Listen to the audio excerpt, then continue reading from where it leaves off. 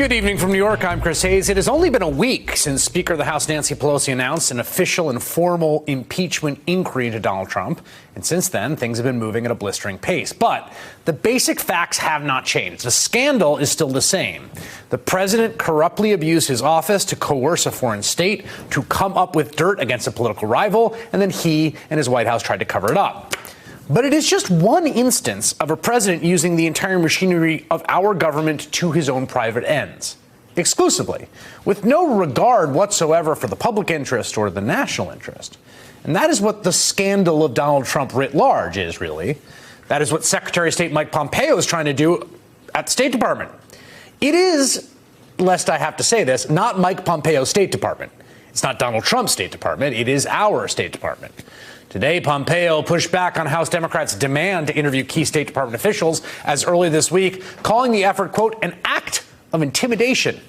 But his efforts to stonewall the impeachment inquiry are already crumbling. Just a few hours ago, we learned that the former U.S. Special Envoy to Ukraine, Kurt Volker, will testify in the House's impeachment inquiry on Thursday, just 2 days from now.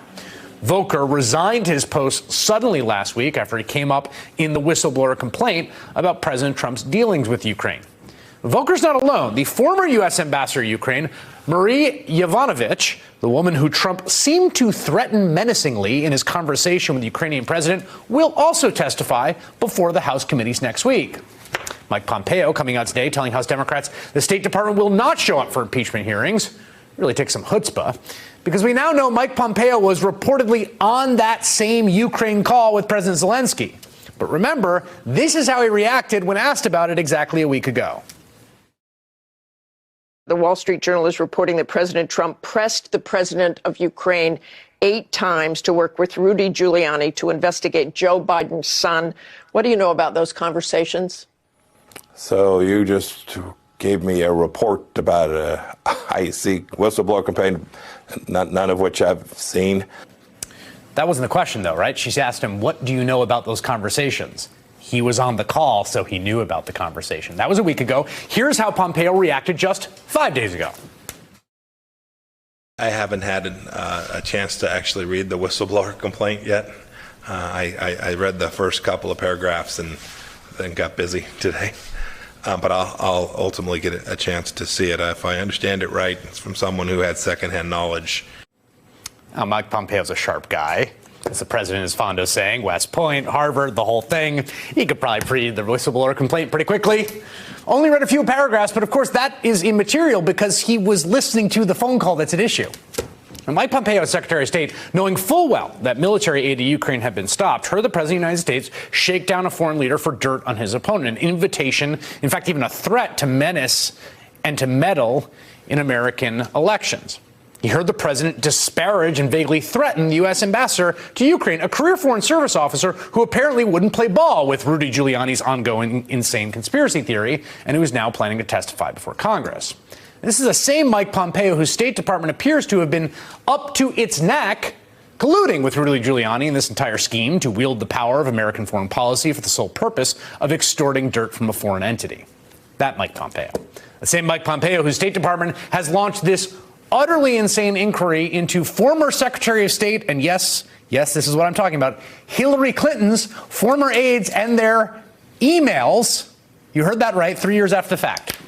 They are now looking into as many as 130 members of the State Department after announced that they have, in 2019, retroactively classified things they sent to Hillary Clinton, which could now constitute potential security violations. Yes, no, you're not crazy. That is what I said. The State Department officials sent things at the time that were not classified. 3 years later, the Trump administration came in and classified those things, and all those people, one of whom we're going to hear from in a little bit, are now under State Department investigation. That Mike Pompeo. Mike Pompeo, like Vice President Mike Pence and like Attorney General William Barr, is in up to his eyeballs in all of this. And speaking of Barr, the scandal unfolding at the Department of Justice, the Attorney General has been apparently flying across the globe basically trying to dig up ammo for Trump TV. What he runs is our Department of Justice, a Department of Justice that is tasked with enforcing the law for all of us, not working as an arm of the president's re-election campaign or to support his Twitter trolls. William Barr should be investigating the actions of the president, not spending taxpayer money to undermine American intelligence services. Because keep in mind, we know President Trump has already done just that. It was just 4 days ago, the Washington Post reported, that President Trump told 2 senior Russian officials in that infamous 2017 Oval Office meeting that he was unconcerned about Moscow's interference in the 2016 presidential election because the United States did the same in other countries.